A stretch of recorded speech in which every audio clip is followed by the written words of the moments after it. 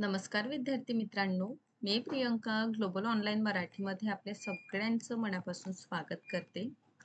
आज आपण Maharashtra set examination 2026 करिता जर आपण पेपर क्रमांक 2 इतिहास विषयातून परीक्षेची तयारी करीत आहात तर आजचा आपला पर्टिक्युलर व्हिडिओ लेक्चर खूप महत्त्वाचा आहे.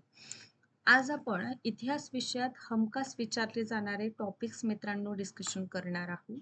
लक्षात घ्या, महाराष्ट्र सेट एक्झामिनेशन मध्ये 2 पेपर असतात. पहिला जनरल पेपर आणि पेपर 2 जर आपला इतिहास आहे. तर आज आपण जाणून घेऊया की कुठल्या अशा युनिट आहे जे सगळ्यात इम्पॉर्टंट आहे. युनिट टोटल जर किती आपण विचार केलेलं तर सिलेबस मध्ये टोटल 10 युनिट्स आपल्याला दिलेल्या आहे. त्यापैकी सुरुवातीच्या 3 युनिट एन्शियंट हिस्ट्रीवर आहे. त्यानंतरचं 3 युनिटचा भाग मध्यकालीन भारताचा इतिहास. 3 युनिट आधुनिक भारताच्या इतिहासांवर आधारित आहे आणि लास्ट आहे हिस्टोग्राफी म्हणजे इतिहास लेखनशास्त्र. एकच युनिट आहे ही. तर कुठलं असं पर्टिक्युलर असे 4 पार्ट आपण इतिहास विषयाचं डिवाइड करून अभ्यास करतो. या 4 भागातून सगळ्यात जास्त वेटेज कुठल्या भागाला आहे हेच आपल्याला आजच्या पर्टिक्युलर सेशनच्या माध्यमातून जाणून घ्यायचं आहे. आपण जर पेपर 2 चं प्रिपरेशन करीत आहात तर नक्कीच हा व्हिडिओ शेवटपर्यंत बघा, कारण हा पूर्णतः इन्फॉर्मेटिव्ह व्हिडिओ आहे ज्यामध्ये आपण संपूर्णतः सिलेबस मधील अशा कुठल्या युनिट्स आहे जे मोस्ट इम्पॉर्टंट ठरेल आपल्या येणाऱ्या परीक्षेसाठी हे आपण जाणून घेणार आहोत. व्हिडिओला आपण सुरुवात करूया, पण व्हिडिओला सुरुवात करण्यापूर्वी महाराष्ट्र सेट इतिहास विषयाच्या कंप्लीट 10 युनिटचं सिलेबस आहे. तर हा सिलेबस कव्हर करण्यासाठी कंप्लीट कोर्स देखील अवेलेबल आहे, ज्यामध्ये डेली लाईव्ह सेशन अवेलेबल आहे. लाईव्ह पाहिजे तितक्यादा रेकॉर्डेड फॉर्ममध्ये बघू शकता. सोबतच 10 युनिट्सवर नोट्स आहे, MCQs आहे, मॉक टेस्ट आहे. मॉक टेस्टमध्ये 100 क्वेश्चन्स आहे 200 गुणांसाठी. 6 वर्षाचं PYQ आपण अभ्यास करूया. 1 इयर्सची व्हॅलिडिटी या कोर्सची आहे. नेट आणि सेटचा पेपर 1 इथे फ्री ऑफ कॉस्ट आहे. इथे लक्षात घ्या, पर्टिक्युलर मित्रांनो, सगळ्यात महत्त्वाचं म्हणजे महाराष्ट्र सेट इतिहास विषयाची बॅच जी आहे आपण सुरू करीत आहोत 18 मे पासून. सो या बॅचला जॉईन करा. हे ऑफिशियल नंबर्स आहे. जॉईनिंगची फीस 8,000 आहे, ज्यामध्ये सेटचा पेपर 1 फ्री ऑफ कॉस्ट आहे.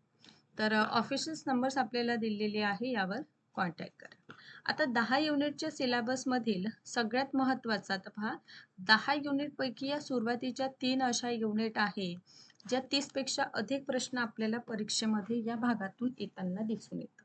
आता ह्या ज्या युनिट्स आहे, सर्वप्रथम एन्शंटचं कुठले असे टॉपिक आहे जे हमखास विचारलं जातं आणि जे आपल्याला नक्कीच करायला हवं. सर्वप्रथम पुरातत्वीय स्त्रोत करा, उत्खननाच्या पद्धती सुद्धा करून घ्या. साहित्यिक स्त्रोत, विदेशी विवरणामध्ये चीनी विवरण जास्त विचारतात.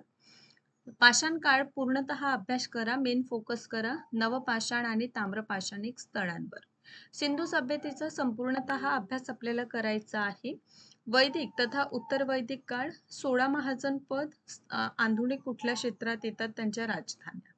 दक्षिण भारतातील महापाषाण काळ, जैनिझम, बुद्धिझम आणि आजीवक संप्रदायाचा देखील अभ्यास करावा लागेल आपल्याला.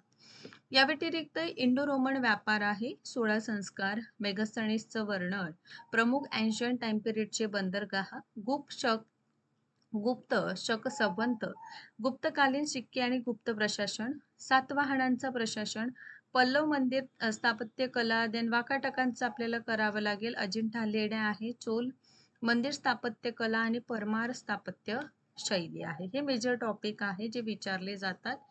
युनिट 2 मध्ये जर आपण विचार केलेलं सिकंदरचं आक्रमण आहे, मौर्य साम्राज्य, सातवाहन, कुशाण, संगम साहित्य, वास्तुकलांमध्ये गांधार, मथुरा आणि अमरावती शैली, गुप्त वाकाटक काळ ज्यामध्ये राज्य शासन व्यवस्था असू द्या, गुप्तकालीन मंदिर किंवा शिक्क्यांचा अभ्यास असू द्या, वाकाटकांचं संपूर्ण आणि हर्षवर्धन. युनिट 2 चे हे मेजर्स घटक आहे जे आपल्याला अभ्यास करायचा आहे. हा संपूर्ण घटक तुम्हाला कव्हर करून मिळेल यासाठी आपण 18 मे पासून नवीन बॅच सुरू करीत आहोत. याला देखील आपण जॉईन करू शकता. समोर आपलं युनिट 3 जे आहे, हा घटक 3 अत्यंत लहान आपण म्हणू शकतो.